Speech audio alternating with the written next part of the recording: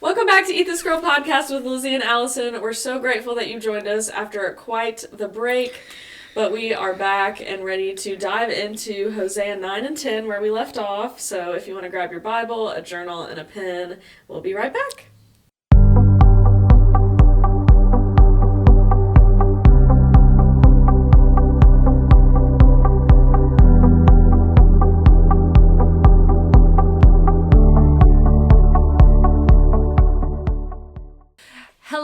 We're so glad that you're back. We're so glad to be back. Yeah. It's been about 3 months since we've posted an episode, but it's been about 6 since we've recorded any. Yeah. And that is a pretty extensive break. And so we figured we would just give some quick little life updates.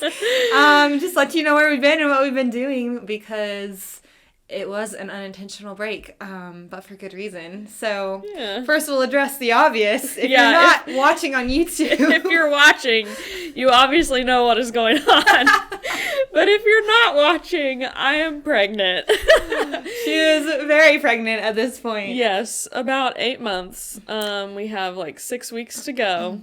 So I feel like really the biggest part of the break was that I was so terribly ill during the first trimester, and into the second trimester I literally just couldn't get anything done, and that's just how it is sometimes. So that was the cause for the first half of it, and then there's been so many other things in life to just take our time away. I mean, we had a hurricane that rolled through and destroyed our community. Yes. And so there were a few weeks taken up by disaster relief. But you know, the Lord has just had us in different places doing different things that we never thought that we would encounter in 2024, I think. And we've obviously missed filming and we have editing and posting and studying together, but sometimes there's just other things to be doing. But now we can get back into it. Yeah, we're excited. We're definitely missed it. It's been a weird year and a hard year. And what about you? Any life updates that you're using? It was really all my fault. But yes and no. I mean, I have been in a weird place just mentally and emotionally, and just walking through things, and so my capacity to do things has been very low. I feel like it's taken everything in me just to keep doing my job. And so I feel like I had, like, Allison physically was not doing great and had very low capacity, and for me, mentally and emotionally, I had very low capacity. So those two things combined just really threw us off. And you kind of talked about that. You were... Yeah, I've been open about that in previous You were episodes. open about that before we even took the break, but... You've just been super intentional about taking time to do what you need to do. Trying to. Yeah. Do what you need to do to heal and all the good things. Yes, all that fun stuff. So lots of fun stuff. So we've just had a lot going on, and just haven't had the time or the energy. Especially once the hurricane hit, and we were just both, I mean, our church went into full disaster relief mode. We were a distribution center for a while, and we're just working really long hours and had truly no time to even take care of our homes. So that was also a disaster. So I think when the hurricane hit, we were I think just getting into a place where we had just posted an episode a couple weeks before that, and we were getting ready to get back into the swing of recording again, and then that happened, and it threw us off all over again. So right when we were like, oh, we should get something on the calendar, boom, our whole calendar taken up. So, which is fine, like, that's where we needed to be. Yes, and we've seen the Lord do some really amazing things through that time, and just watching him move even in the midst of a lot of disaster and destruction and sadness, our community, but then also just in our personal lives and the things that he's been doing and speaking and shifting and shaking, and all of that is gonna, I mean, we've already seen a lot of great things, but we're just gonna continue to see a lot of great things come from that. I think he is providing, and things are getting better, so yes, that's very good. Yes, but we wanted to make sure that we got a couple more episodes in before the holidays so that next year, after maternity leave, we can start fresh with season 2. We're very excited for that. Yeah, we don't really know what that's going to hold yet, but we're excited, and this is still something that we are passionate about. It's still something we want to do together and for you guys, and it's just, Yeah. So we're excited for that. We have 3 more episodes left for Hosea, and then 2 more episodes. I thought it was this one and 2 more. You're right. Sorry. 2 more, not counting this one. But if you're counting this one, 3 more. 3 Hosea episodes. Yes. And then we have an interview episode that's going to come out with our dear missionary friend Kennedy, which we've talked about her before. We filmed that back in July. It's now December. So we just need to edit that. And get it out to you guys, because it's wonderful. It's so good. And then we have a vlog of our trip to Michigan that was back in May. We still have not gotten that up, so that will happen eventually too. Hopefully before our next trip to Michigan. Yeah, so we really just have a lot of raw, uncut material that we have not edited yet, but we hope to get all those out. Hopefully before the end of the year, but also Christmas is 2 weeks away. Who knows what'll happen, but we're gonna get back on the grind, and things will start feeling more normal again. Yeah, so we're really excited, and that's basically the update. So, thanks for sticking by, and if you're listening to this one now, that means that you haven't totally dropped us, which we appreciate. So, we're going to get into Hosea 9 and 10, and we were just talking right before we started recording that, honestly, we can't even give a recap of the last chapters because I could not tell you. It's been a while. But the gist of Hosea is that it's entirely focused on Israel's unfaithfulness to God. And for the past several chapters, a lot of it has been honing in on the sins of Israel and a lot of the consequences that will come from their unfaithfulness to God and their consistent idolatry and really just this adulterous spirit that rests on Israel for pretty much always. Yeah. I do remember, like, there were multiple Hosea episodes in a row where we were like, oh, maybe the next episode will, like, be a little bit more hopeful. And then we, like, got back into it, and it was just like, yeah, you need to repent. Like, even more. Like, Israel just hasn't gotten any better yet. They haven't learned their lesson in Hosea yet. And so it's going to be a little bit more of that, but I think by chapter 11, at least in my Bible, the title or the subtitle for chapter 11 is God's love for Israel. There we go. So next episode, we will start to see that shift into the redemption and, the fact that God does still so greatly love his people, even in the midst of their rebellion. Yeah. Yeah, okay. So only one more episode of Doom and Gloom. Yes. And then maybe we'll see a change in the tide, which... Please. Yeah. I feel that on a personal level. Yeah, I'm like, oh my gosh. I could use a change. In what it's been recently, so. Yes. It's always nice to know that even when you feel like you're getting hit after hit after hit, that God's love is still there and it's still the light at the end of the tunnel that's going to bring you up and out. If you have God, you always have a good ending. Yes. Thank the Lord. All right, you ready to get into this? Let's do it. I can read first. All right. Starting in chapter 9, my subtitle is called The Coming Exile. Mine is called... What? Sorry. No, it's fine. That word came out weird. What? Mine is called. Mine is called Punishment for Israel. So it sounds like the exile is punishment. Yes. Okay. All right, verse 1. Israel, do not rejoice jubilantly as the nations do, for you have acted promiscuously, leaving your God. You love the wages of a prostitute. Ouch. On every grain threshing floor and wine vat, will not sustain them, and the new wine will fail them. They will not stay in the land of Egypt. Instead, Ephraim will return to Egypt, and they will eat unclean foods in Assyria. Wow. Is that where your paragraph ends? Yeah. Initially, the statement, you love the wages of a prostitute. Yeah. It really, I think that reflects a little bit of just greediness.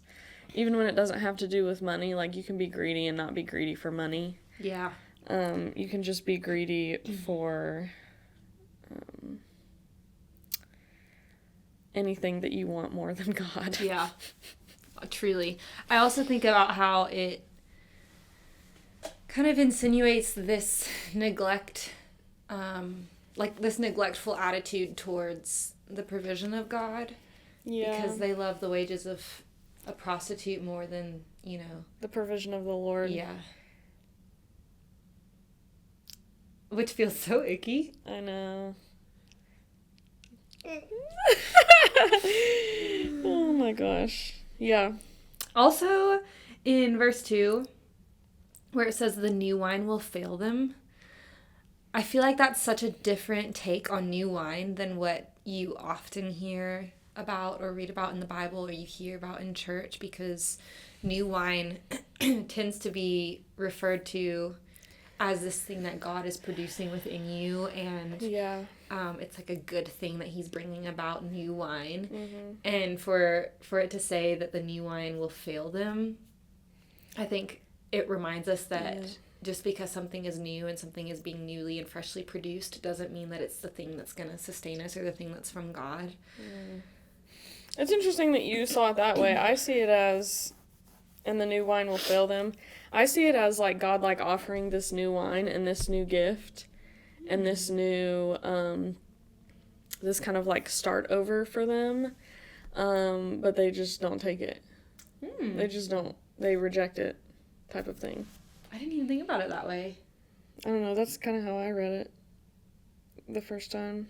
Threshing floor and wine vat will not sustain them, and the new wine will fail them. Like, they just don't step into the new wine that God has for them. I see what you're saying, because, and that almost goes back to the idea of them neglecting his provision. Yeah. Like, instead of looking to the grain and the wine that he should provide, they're prostituting themselves out in hopes of receiving wages other places, when really he's like, God like bypasses the need for wages altogether and just gives us immediately what we need, whereas they're like taking the roundabout way of like trying to get the thing they need to buy the actual thing that they need. You know what does that make sense? Yeah. Whereas God is just, he like bypasses the middleman. He gives it directly to us. That's so real. That is so real. And then the next part, Ephraim will return to Egypt, reminds me of how you talk about, like, the Israelites were so comfortable in slavery. Oh, yeah. And the Lord just kept pulling them out of it. Like, nope, like, you're coming this way. Like, remember me, remember what I've done. Yeah. And now he's officially like, okay, they're going to go back. Yeah. They're going to go back. Literally says they will not remain in the Lord's land. They will return and then eat unclean food. Like, they're just going backwards to the slavery that he already delivered them from. Yeah. Disappointing. Man. That makes me a little emotional. Although we do the same thing. I know. Yeah. How easy it is for us to reject everything he gives us. It's just blindness. I really do think it's blindness. And that's not an excuse. That's just, I think, a part of our human nature. Because if we saw the reality of what was going on, we wouldn't turn away from the Lord and what he has for us. But because we get distracted, I think the first step is like distraction. Yeah. And then we just get that veil back over our eyes where we just don't see what God is doing and we can't follow. It's like Satan just like waves the shiny things out for us to see, and our eyes get caught by that. I know. And like you said, we get distracted, we get pulled off course, and then everything is just downhill from there. Yeah, you're just blinded and you can't even see. Yeah. And then you end up right back where you didn't want to be? Because nobody wants to be back in slavery. No. Nobody wants that. Like in their heart of hearts, they don't want that. But I think the piece of them that struggles to trust, and I speak from this. I speak about this from like on a personal level. I feel like the pieces of me that are, more fleshly and less godly, like when it struggles to trust God, even though deep down I want to, but there's still that piece that's like, but can I really, is it really going to happen? It's like that verse in Romans, I do the things I don't want to do, and I can't do the things that I know I should do. Yes, it's like that is the realest thing that Paul ever wrote. I know, and he literally, it's like, this is the thing that we constantly wage against, is that even though we want to do good, evil is still so prevalent in us, and because of that, that's why we need the grace of Christ. I know, because, oh my gosh, sometimes we literally just don't even have the strength to do the right thing. Yeah. Okay, verse 4. They will not pour out wine offerings to the Lord, nor will their sacrifices please him. Such sacrifices will be to them like the bread of mourners. Mm-hmm. All who eat them will be unclean. This food will be for themselves. It will not come into the temple of the Lord. That's so heavy to me. That, I don't know, it's like, I'm interested to know what the bread of mourners, does yours say that, or does yours say something Mine different? says the bread of mourners. I'm interested to know, because I can't tell if this is saying, let's read it again. They will not pour out wine offerings to the Lord, nor will their sacrifices please him. Such sacrifices will be to them like the bread of mourners. All who eat them will be unclean. This food will be for themselves. It will not come into the temple of the Lord. So something about the bread of mourners is unclean. I know. I feel like there's a temple tradition that we need to know about to understand this. Yeah. Because I didn't think they'd let food in the temple anyways. Or maybe I'm being too literal. I don't know. I mean, they do. There is food that comes into the temple as offerings to the Lord. But I guess you're right, because that last part of verse 4 really kind of clarifies. Mine says, for their bread will be for their appetites alone. It will not enter the house of the Lord. So I'm like, this is because they're choosing their own way. Yeah. And they're striving to get the things that they need their own way. What the bread that they eat is just for their appetites. It's just for their bodies. It's not actually nourishment to their souls. It's not nourishing anything other than just satiating hunger. Yes, and that's what this is like.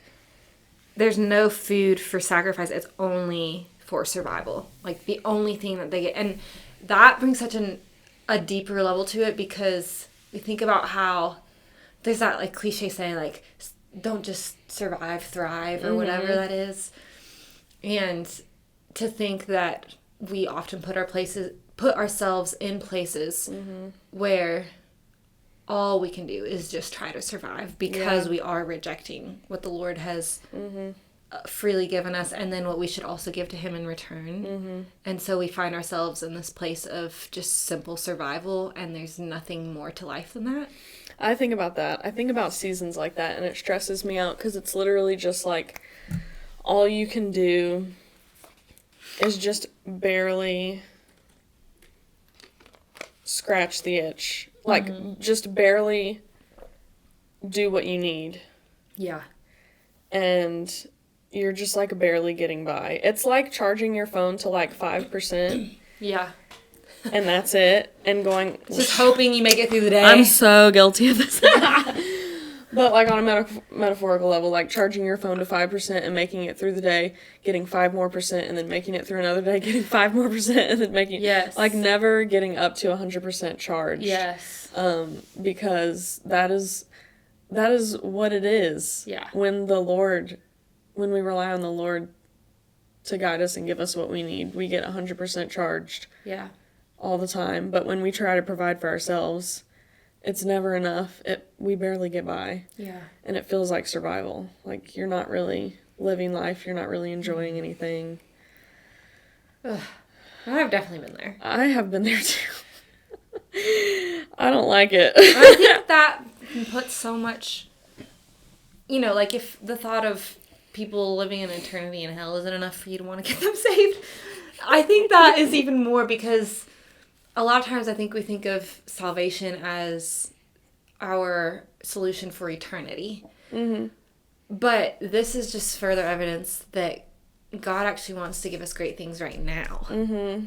He wants to satisfy us now. Yeah, and so often we reject now. that.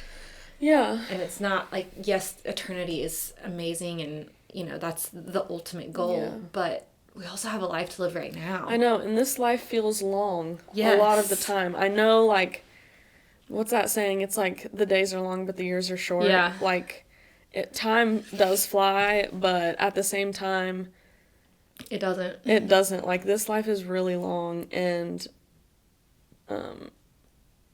a lot of days feel really, really long. And if you're not being satisfied by God, like, I can see how you would just be in survival. Like, Yeah. so exhausted. Ugh. It makes me feel for them. I know. Because I feel like I've been in seasons like that before. I've just been so tired. And all I can do is just provide for myself. And I think, in my fleshly mind, I'm like, oh, I can barely provide for myself, so how can I give anything to God? Like, how could I give that extra to God? Like, that would exhaust me even more. Yeah. But that's just a lie from the enemy. Yeah, it's so the opposite. It's so the opposite. You stop everything and give what you can to the Lord. Before anything else. And then the rest is completely fulfilled. Yeah.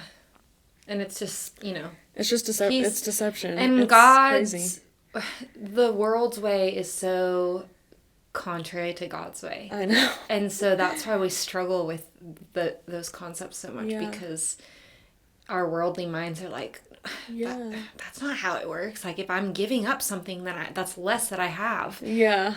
But really, God is saying, no, it's the opposite. Like, you give this to me so that I can bless you. That's not why we should give to him. We don't give to him because we want to receive blessings, but he is good to give us blessings. It's just his process. It's just the way he is. It's just his process. Yeah. That's wild. Okay. Verse 5. What will you do? Did you find out about the bread of mourners? Oh my gosh, no. Okay.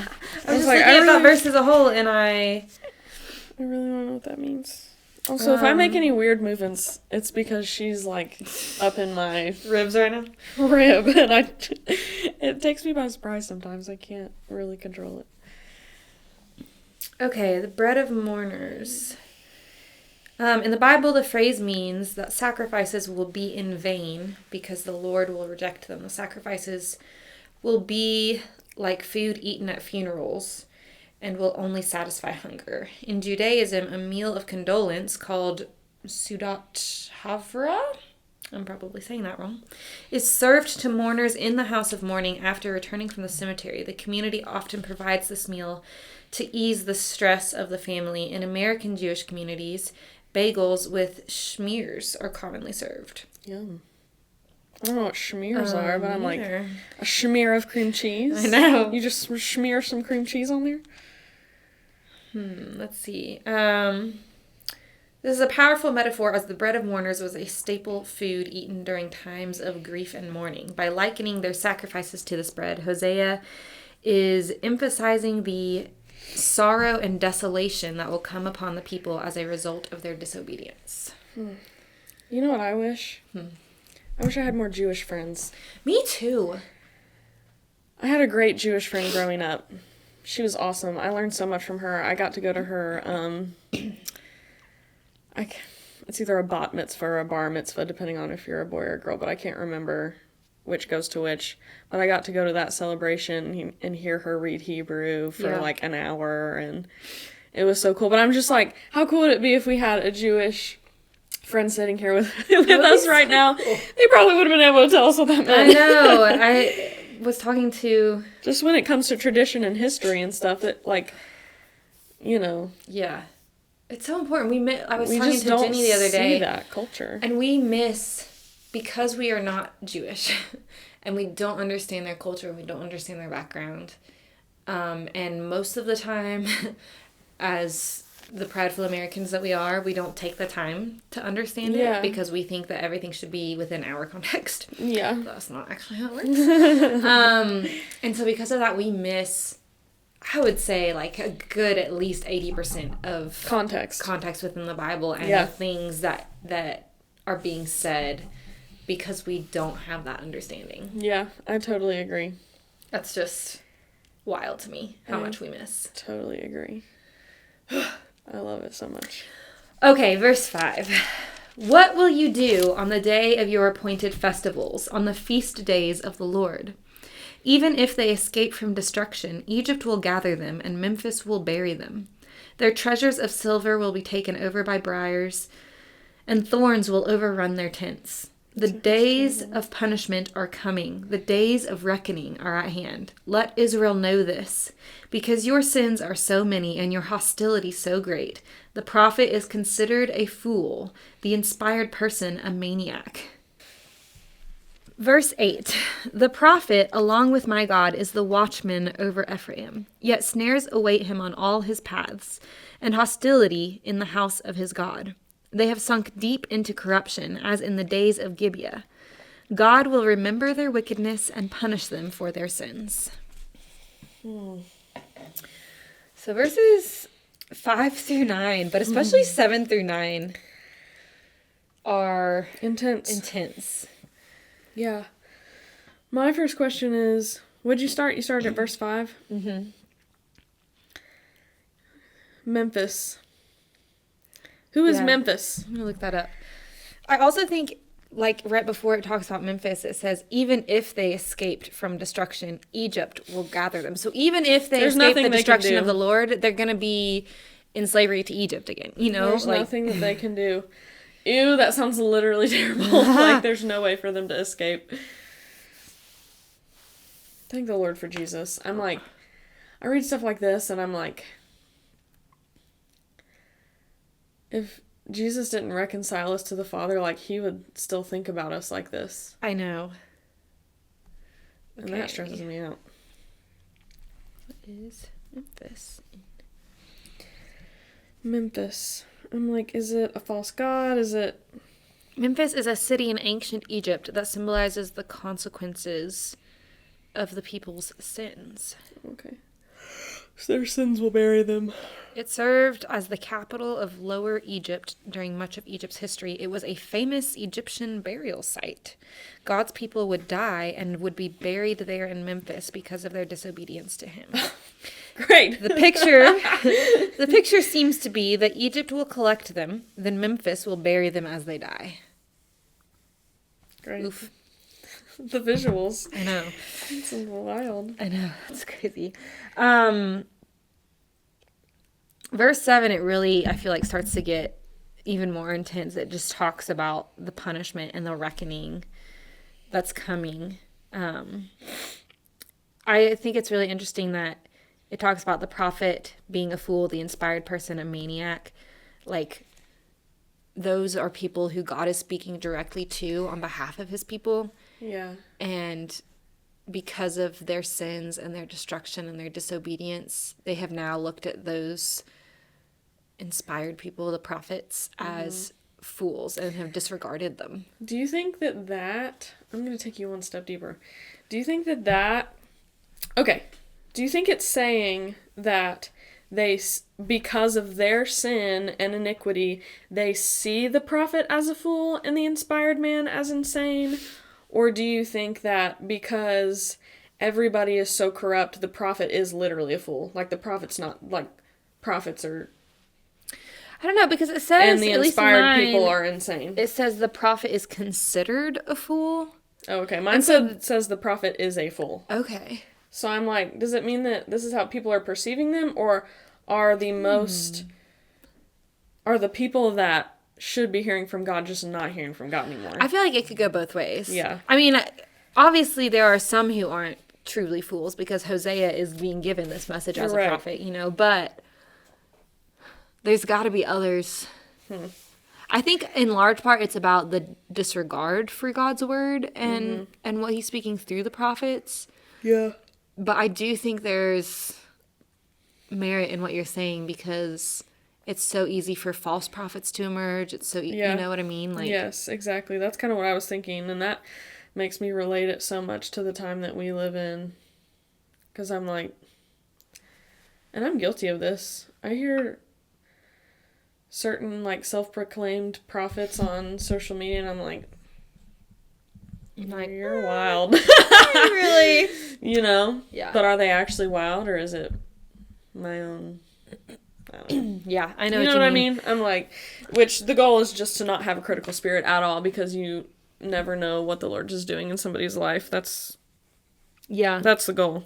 I think also because in the next verse it says the prophet along with my God is the watchman over Ephraim. So I feel like the prophet still has merit with God.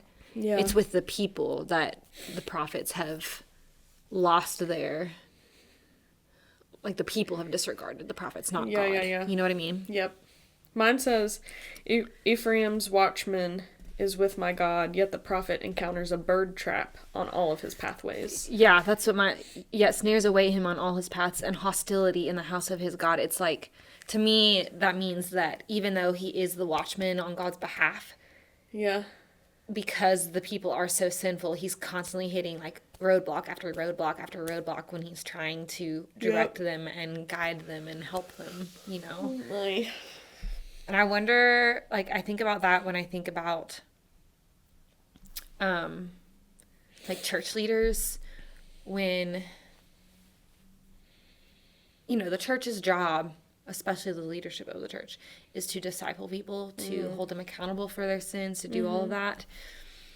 And yet, because people are so sinful, oftentimes that task becomes so difficult because it's like you do run into snares and things all the time, and you do run into hostility within the house of God because people don't like to be held accountable. They don't like to be told that they're sinful. They don't like to be told that they need to stop the way that they're living and live a different way. And I feel like that's part of what the prophets, like, I feel like the prophets at this time were kind of the only church leadership or the primary church leadership of at this time, and that's what they were encountering is all of these people who are just disregarding what they say because they want to keep on living in their sin. Yeah. Yep. They have deeply corrupted themselves. Yeah. Wild sauce. Verse 9, they have sunk deep into corruption. Oh, I hate that. And God will remember their wickedness and punish them for their sins. I think that's really hard, but also it highlights God's grace so much because it's saying that he will remember their wickedness and punish them for their sins. But then I think about Jesus and how... Literally, yes. Like, God didn't go back on his word when he said he would remember and punish. But he remembered and punished his son. Yes. On our behalf. On our behalf. And on behalf of Israel, because he didn't forget their sins. Well, God is just. Yes. So he's not going to just bypass sin. Exactly. He can't. But he also loved us enough and knew that we weren't strong enough to do it ourselves. Yeah. So he had to provide a different way. Yes. The way. And that's why Jesus is in the Old Testament. That's why Jesus is in the Old Testament? Yeah, like all of it points to him, if you haven't already caught on to that. Or it all should point to him. Yes. I imagine people reading the Old Testament without the context of Jesus in the future, and I'm like... But then also reading the New Testament without the context of all of this. Of all this in the back is crazy. And then Jesus' sacrifice, it just... It's not as powerful. Yeah. I mean, it's still powerful, but you just miss so much. It's not as, you know, it's just not the same. Yeah. Verse 10, I'll start reading. My subtitle says, Ephraim bereaved of offspring. I don't have a subtitle for mine. Oh, okay. It's just a gap. Cool. Verse 10, I discovered Israel like grapes in the wilderness. I saw your fathers like the first fruit of the fig tree in its first season.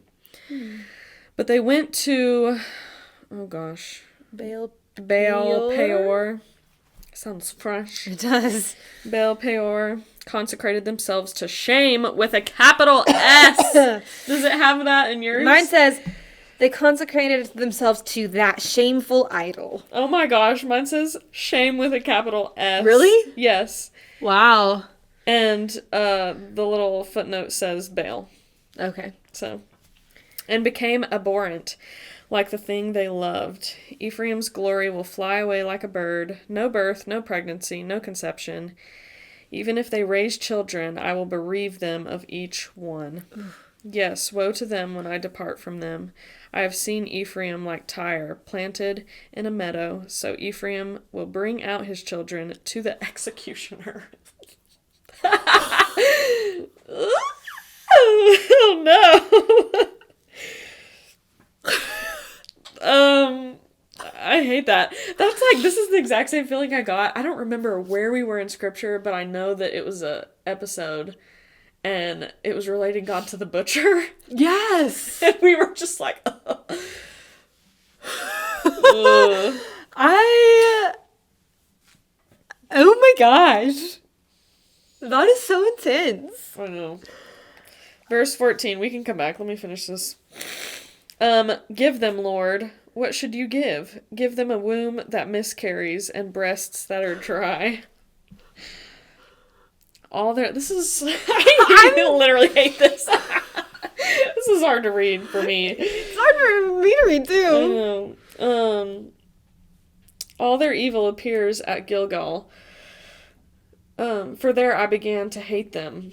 I will drive them from my house because of their evil, wicked actions. I will no longer love them. All their leaders are rebellious. Ephraim is struck down. Their roots are withered. They cannot bear fruit. Even if they bear children, I will kill their precious offspring from their wombs. My God will reject them because they have not listened to him, and they will become wanderers among the nations. Oh my gosh.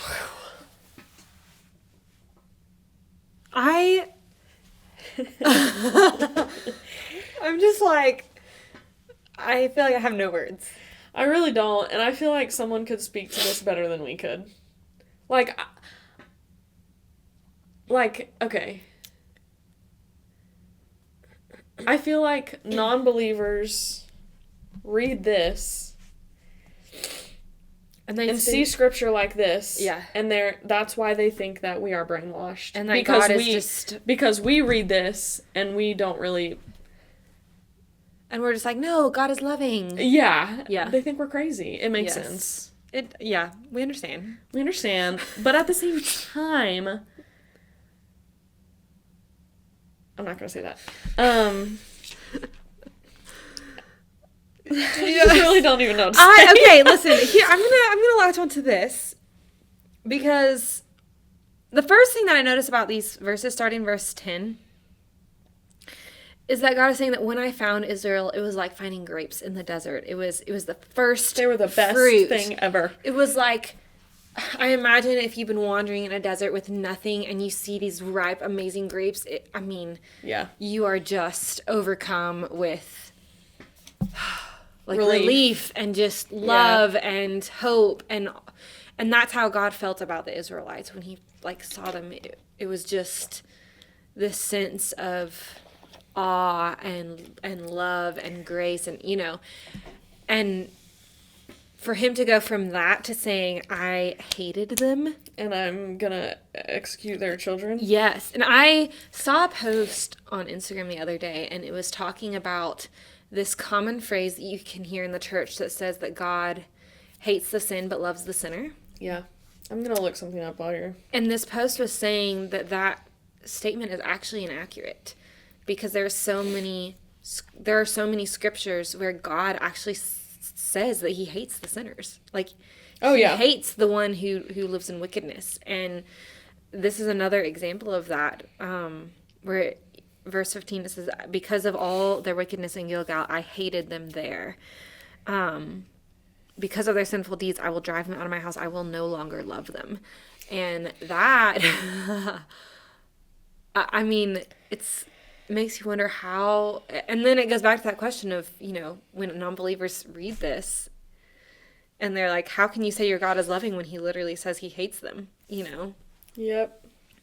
That's so difficult to imagine what it takes to get God to that point. But he does. He hates sin, and he hates those who live within it. Yeah.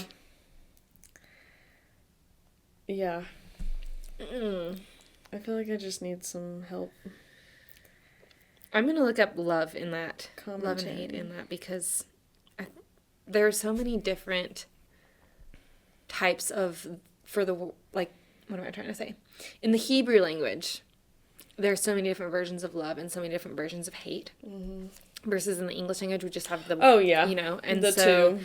I want to know more specifically what those two words mean in this context, because we tend to look at it, of course, through our English language, and it's different. It's different in this. Oh, okay. See, this is enlightening me a little bit. All right, enlighten the rest of us. So, the reason why God chooses to target fertility and death in this passage is because he's talking about these people in the context of them worshiping Baal. And Baal is the god of fertility. Yes. Okay, yes. Baal's the god of fertility, and so God is ultimately saying, I'm going to strike down everything that you think you're getting from this other god. Yes. He specifically targets what we try to get from other places. Yes. Okay. That makes more sense to me. Because I'm like, wow, that's so, like, you could literally punish anybody, but you're punishing the mothers and the children. Yes. But it's because they are seeking those things. But it's because something other than God. They think that Baal is the one giving them their children. They think that Baal is the one that's making them. But ultimately, God is the giver and taker of life. It says, infertility and death are dominant themes in this passage. The cult of Baal was purported to give fertility to people, livestock, and crops, but Yahweh will destroy the fertility supposedly conferred by Baal. That helps. Yeah. That's why it helps so much to, like, just take a beat and, like, look things up. Because you can read stuff like this all day long in the Bible and just end up with kind of a wackadoodle picture of who God is, unless you take a closer look. Mm-hmm. And then it's like, oh, that's why he did what he did. And that's why understanding the cultural aspects of it are so important, because we don't... Okay. I was going to say we don't worship Baal in the Western world, but actually I think we worship Baal like crazy. In a really crazy, twisted way with just sexuality and all kinds of stuff. Yes. I think Baal has consistently been the idol to draw people away from God more than anything else. Yeah.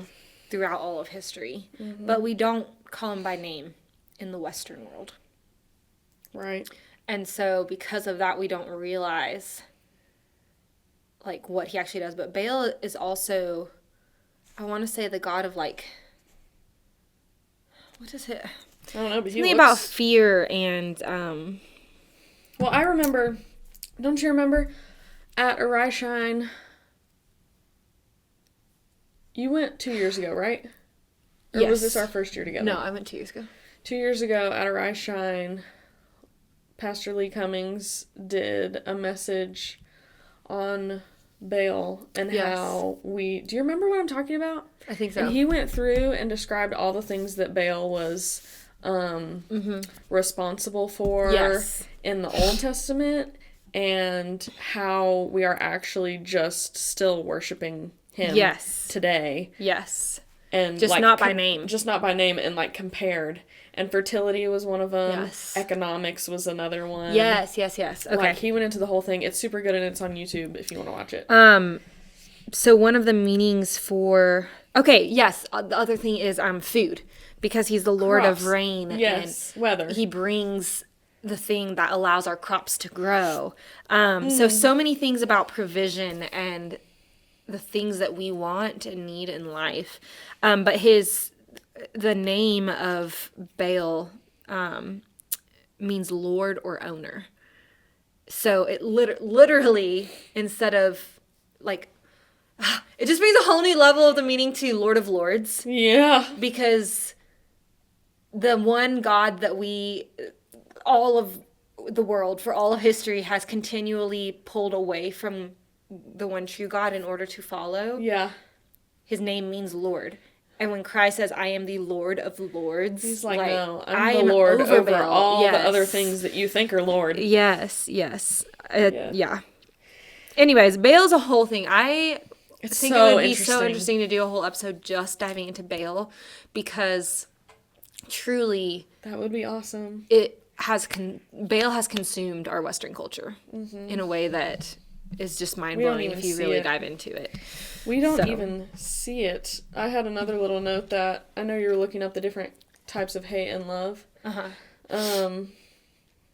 This commentary here says hate in this context describes the hostility of a broken covenant relationship. Yes, which is what Hosea is all about. Which is what Hosea is all about. Because it compares it to the marriage. Yeah. Of Hosea and Gomer and just that covenant. So. Yes. Hate, maybe not. Hostility. Yeah. Yes. Yeah. Whew. All right. Chapter 10, verse 1. So, this is what we just read was what God spoke to Hosea to give a message to the people, and now we are back to Hosea speaking for just a couple of verses, and then well, I was gonna say, I think it is important. It's probably not as clear if you're just listening to us read it, but if you're reading it yourself and you have your eyes on the paper, like, try to make note of where God is speaking and where Hosea is speaking, because I notice, like, God starts out at verse 10. Yes. This is God speaking. And then verse 14 starts Hosea speaking. Yes. And then verse 15 is back to God speaking. Mm-hmm. And then verse 17 is Hosea speaking again. And I think that matters. That can help us understand it a little bit better, knowing who's saying what. Yes. I think it's wild that in verse 14, when Hosea speaks, he says, give them, Lord. What will you give them? Give them wombs that miscarry and breasts that are dry. Like, you see so it's like God didn't say that. Hosea said that. But you see Hosea's frustration in that moment because he sees what the Israelites are doing wrong and he knows what they should be doing. I know. And it's almost like he's so fed up with them that he's like, yeah, God, just give them what they deserve. Strike them down. Which, that's a lot of what the prophets are known for, are woes. Yes. You know, I think now, especially in, like, more charismatic church circles, we think of prophet and we think of what the New Testament kind of describes, which is still true, which is also true. Yeah. But the prophet as, like, an encourager, a builder, like someone that builds you up and helps maybe guide you into the next season that's coming, you know. Yes. Who knows? But most of the prophets in the Old Testament were actually really negative people. Yeah. And gave woes to people and warnings. Yes. And that's just another thing about church culture these days, is people don't like to be corrected or told that they're doing something wrong or told that they're corrupt. And so I think sometimes I'm going to flip around the other way. I really value prophets that are still able to do this part of the work. Yeah. Like real prophets that the Lord has ordained today. Like, I value those of them that can still bring the hard woes and the warnings, because it's so important. Yeah.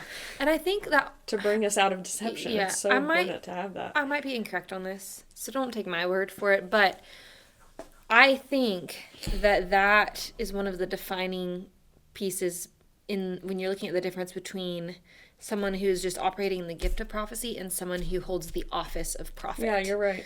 Because the gift of prophecy is it in Ephesians that it tells us that prophecy should encourage, edify, and strengthen or something. Yeah, whatever those three. Yeah. And that's just talking about someone who is just giving a word of prophecy. Yeah.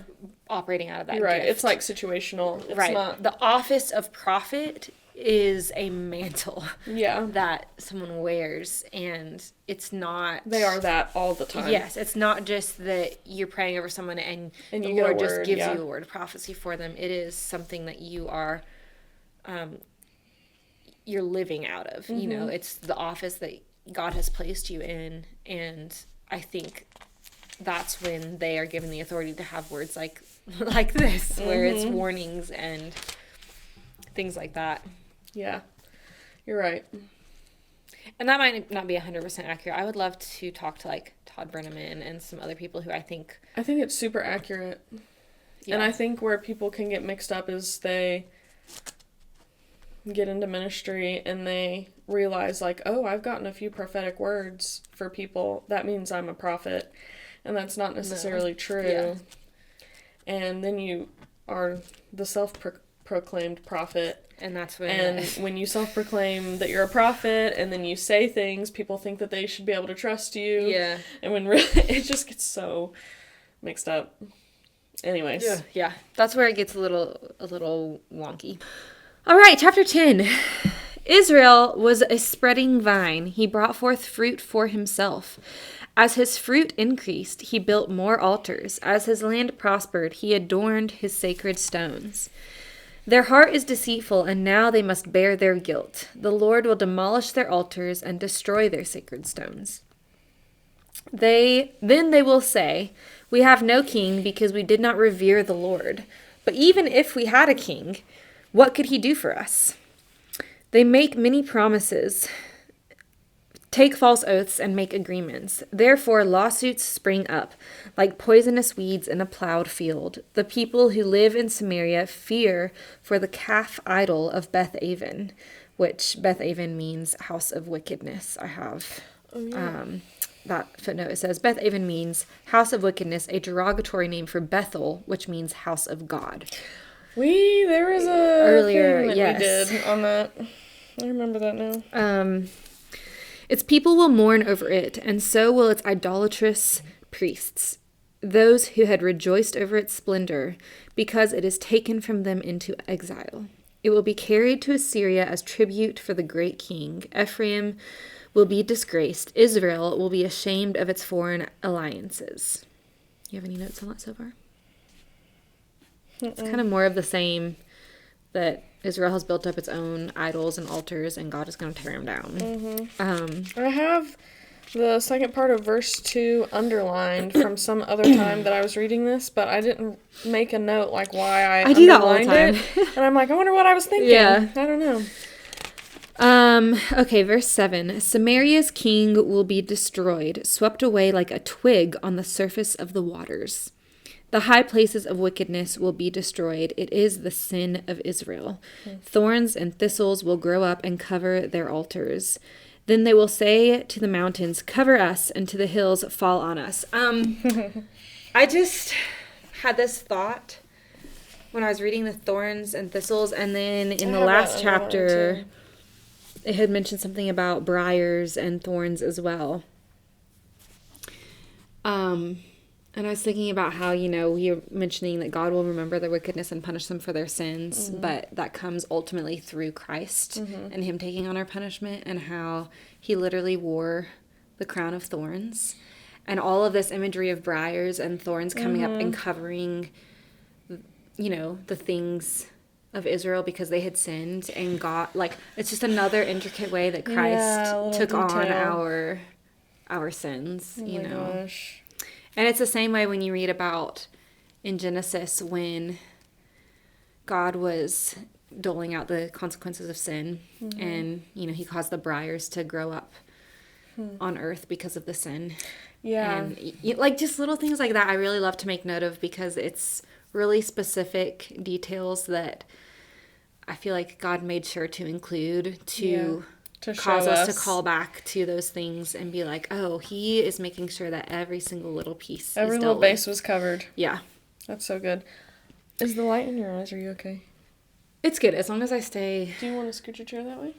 I think we're good. As long, like, when I'm down like this, I'm good.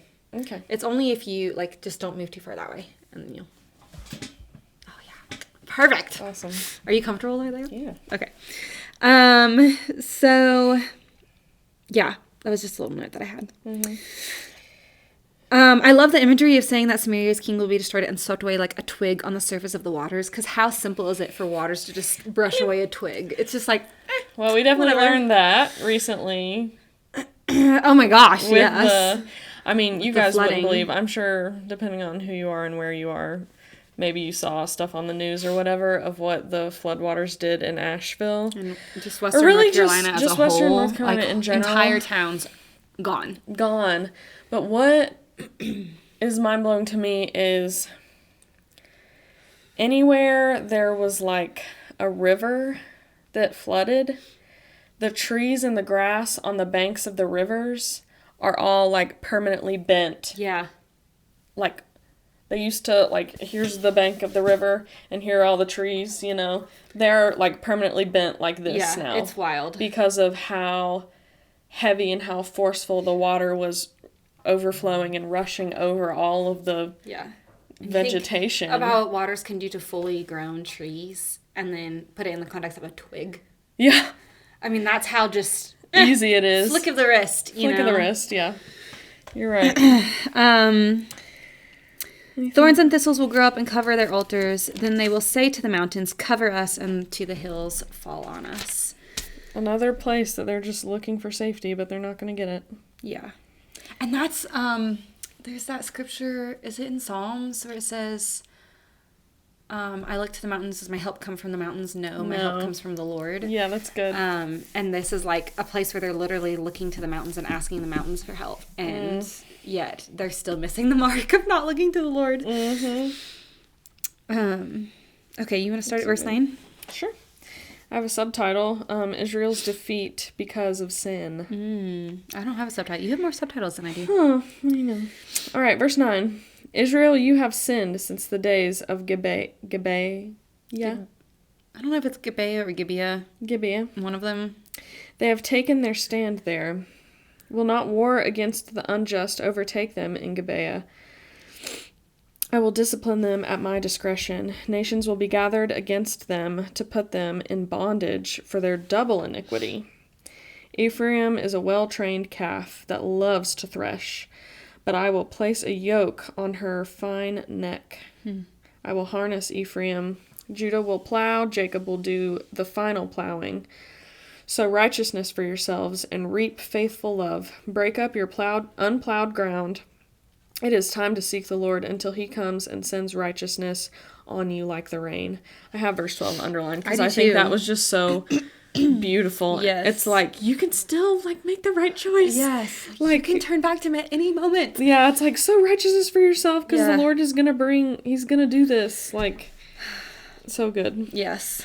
I want to read verse 12 again. Yeah. Sow righteousness for yourselves and reap faithful love. Break up your unplowed ground. It is time to seek the Lord until he comes and sends righteousness on you like the rain. Mine says, and showers his righteousness on you. Oh, I love that. You have plowed wickedness and reaped injustice. You have eaten the fruit of lies because you have trusted in your own way and in your large number of soldiers. The roar of battle will rise against your people, and all your fortifications will be demolished in the day of war. Like Shalman's destruction of Beth Arbel, which is a different House of house of something else. Mothers will be dashed to pieces along with their children. Here we go again. So it will be done to you, Bethel, because of your extreme evil. At dawn, the king of Israel will be totally destroyed. Oof. The end. Wow.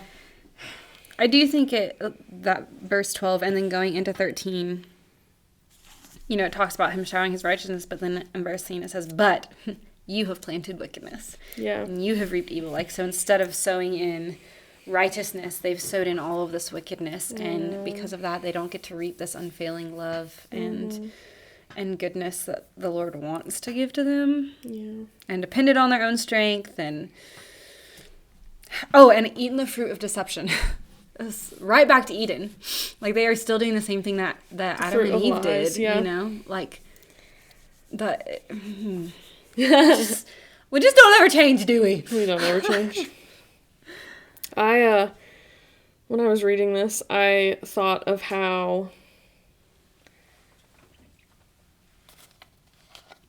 I love our nation. Mm-hmm. And I think we're a very strong nation. But I think about how a lot of Americans find pride, but also like comfort and safety in the fact that we have one of the best militaries on the globe. Yeah. And that can make us feel a sense of safety and comfort. Yeah. But then if we think about how God rules over all nations and tribes and can ultimately lead anybody to do anything,